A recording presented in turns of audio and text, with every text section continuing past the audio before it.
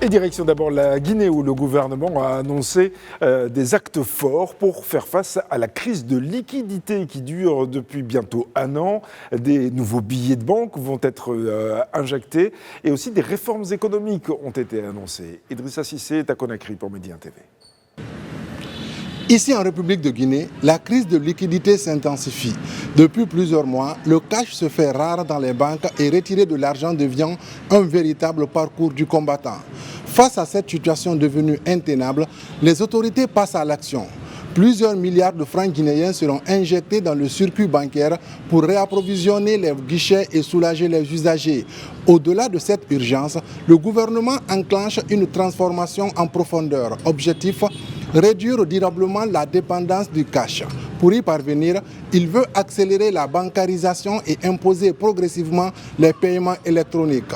Autre levier envisagé, une réforme monétaire avec le renouvellement de billets, une mesure stratégique pour inciter les détenteurs de liquidités à les réinjecter dans les systèmes bancaires. Au sommet de l'État, le message est clair, allez vite. Le président de la République exige des résultats concrets avec un délai de 4 mois pour accélérer la digitalisation des paiements. Un rapport technique est prévu dans les prochains jours. Il devra expliquer les causes profondes de cette pénurie et détailler la feuille de route des réformes à venir. Idrissa Cissé, Conakry pour Média TV. Au Niger, la capitale, Niamey, célèbre son centenaire. Plusieurs manifestations politiques et culturelles sont prévues tout au long de cette année 2026 et notamment une exposition qui raconte l'histoire de la capitale. Jean-Djibril William est à Niamey pour Média TV. Je me trouve au centre culturel nigérien dans cette salle qui permet désormais de revisiter l'histoire de la ville de Niamey, de ses origines à nos jours en passant par son ascension en 1926 comme capitale du Niger. Jusqu'au 28 décembre prochain, les visiteurs pourront, à travers l'exposition dite du centenaire, découvrir des photos d'archives, mais aussi des objets divers, datant pour certains de l'époque du néolithique. Niamey, des origines à l'horizon 2050, permet ainsi de remonter à une époque où la ville, qui compte aujourd'hui plus de 2 millions d'habitants, n'était alors qu'un simple espace de vie façonné par des communautés riveraines du fleuve Niger.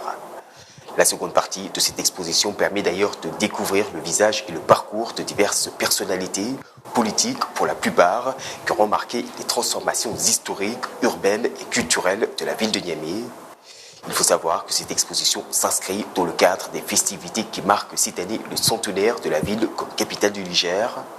Plusieurs manifestations sont également prévues tout au long de l'année, dont un colloque international en juillet prochain sur le thème Niamey, 100 ans d'histoire, de résilience et d'avenir. Jean-Djibril William à Niamey pour Média TV.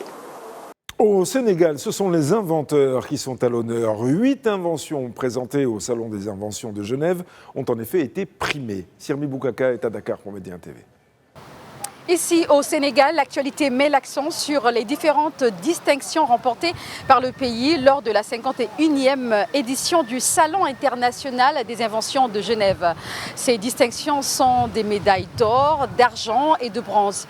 Des récompenses qui couvrent à la fois la catégorie prix spéciaux et délégations étrangères et d'autres innovations en santé, énergie, agroalimentaire et technologies pratiques. Dans la catégorie prix spéciaux et délégations étrangères, le professeur Djouma Kobor a obtenu la médaille d'or. Cette distinction lui a été décernée grâce à son système améliorant le rendement des panneaux solaires.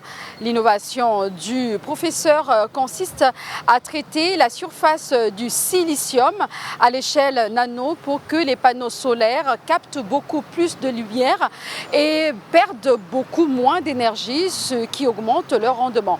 Lors de la 51e édition du Salon international des inventions de Genève, plus de 1000 inventions venues d'une quarantaine de pays ont été présentées par des inventeurs, des universités, des centres de recherche et des entreprises. Sirmi Boukaka pour Média TV, Dakar, Sénégal.